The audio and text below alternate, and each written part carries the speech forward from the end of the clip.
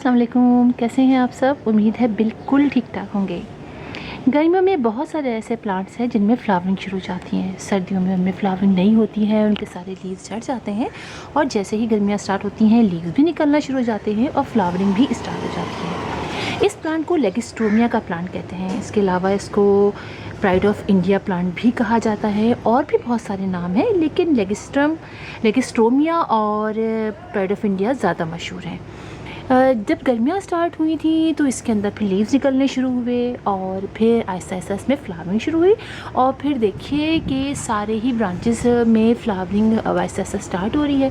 ये देखिए इसमें भी यहाँ पर कलियाँ बन गई हैं। तो ये प्लांट जो है वो बहुत खूबसूरत प्लांट है। ये एक समझिए हर्बल प्लांट भी है। इसके बहुत सारे पार्ट को यूज़ भी किया जाता है। इसकी छाल को यूज़ किया जाता है, शायद इसके पत्तों को भी यूज़ किया जाता है और काफ़ी मतलब मशहूर प्लांट है। अच्छा, ये छोटा सा ट्री बन जाता है जब हम इसको मतलब छोड़ ज़मीन पर लगाते हैं या बड़े पॉट में लगाते हैं और फिर तो कटिंग करते रहते हैं तो बहुत बुशी सा बन जाता है और एक ट्री सा बन जाता है और इसके लीव्स हमें कम दिखाई देते हैं, फ्लावर्स बहुत सारे दिखाई देते हैं और इसमें कई कलर्स आते हैं। इसमें वाइट भी आता है, बड़ा खूबसूरत लगता है।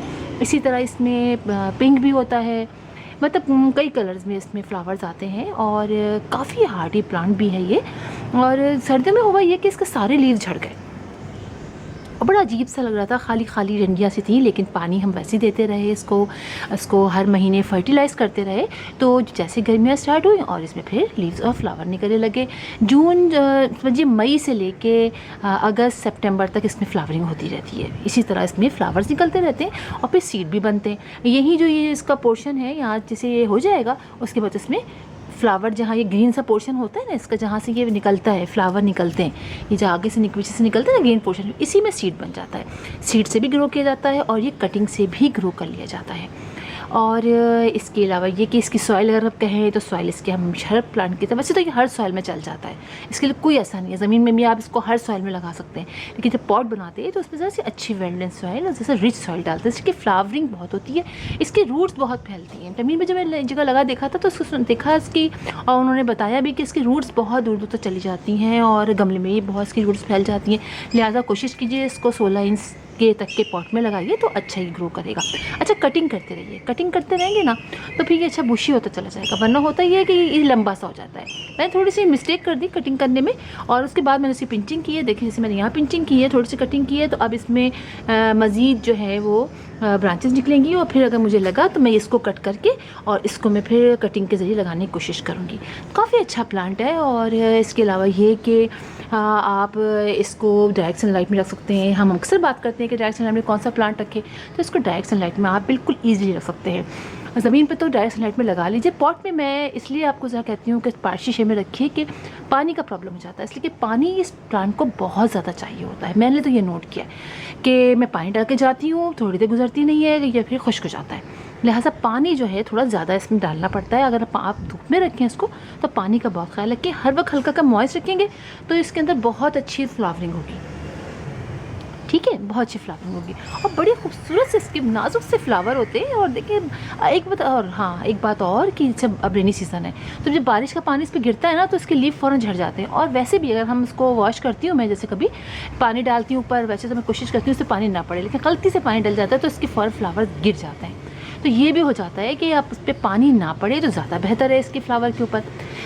और ये डायरेक्ट सनलाइट में इसको रख सकते हैं बिल्कुल ईजिली। फर्टिलाइज़र आप महीने में एक दफ़ा कर लीजिए, 15 डेज़ में लिक्विड फर्टिलाइज़र है वो डाल दीजिए। हाँ, आप ऑर्गेनिक फर्टिलाइज़र इसको बहुत पसंद होता है, जैसे कि आप कंपोस्ट का लिक्विड फर्टिलाइज़र बना लीजिए। आप इसके अलावा बोन मील इस पर डाल दीजिए। इसके अलावा जो बनाना पील का फर्टिलाइज़र होता है लिक्विड फर्टिलाइज़र वो डाल दीजिए। बनाना पील के छिलके डाल दीजिए। मतलब अच्छी आप इसको फर्टिलाइज़ करेंगे ना तो इसके अंदर फ्लावरिंग बहुत अच्छी होगी। अभी देखिए बड़े प्यारे फ्लावर और इतने सारे निकलते हैं ना, तो हमें थोड़ा फर्टिलाइज़र, बास प्लांट होते हैं उनको फर्टिलाइज़र की ज़्यादा ज़रूरत होती है फ्लावरिंग के लिए, तो लिहाजा इसमें आप ज़्यादा फर्टिलाइज़र आप डालेंगे तो ये बहुत अच्छा ग्रो करेगा। और अगर आपको लगे कि कीड़ा वगैरह, वैसे तो हम हमेशा ही अपने आप कोशिश कीजिए अपने हर प्लांट को हर 15 डेज़ में आप कोई ना कोई इंसेक्टिसाइड का स्प्रे ज़रूर कर दिया कीजिए। घर में बना के कर लीजिए, अगर आप बाज़ार से नहीं लाना चाहते तो घर में बना के कर लीजिए। आप पाबंदी से करते रहेंगे या 10 डेज़ में कर लेंगे तो आपको कोई प्रॉब्लम नहीं होगी। प्लांट्स की जब कीड़े वगैरह नहीं लगते हैं और फंजीसाइड का स्प्रे जब कर लेते हैं तो प्लांट्स की ग्रोथ बहुत अच्छी हो जाती है।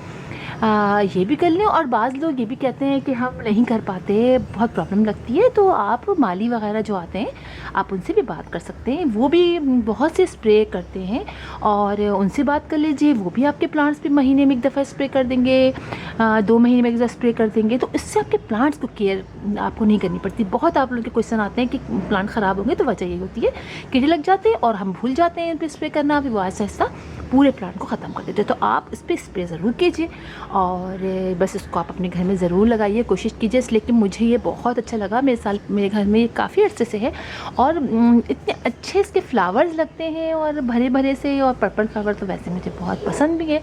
तो आप इसको बहुत सारे गर्मियों में प्लांट्स के साथ, हिबिस्कस के साथ और दूसरे मैं प्लांट्स के साथ रखेंगे तो बड़ा अच्छा लगेगा। इसमें पर्पल रंग के फ्लावर्स होते भी बहुत प्यारे हैं।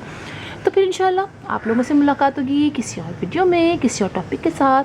तब तक के लिए अल्लाह हाफ़िज़।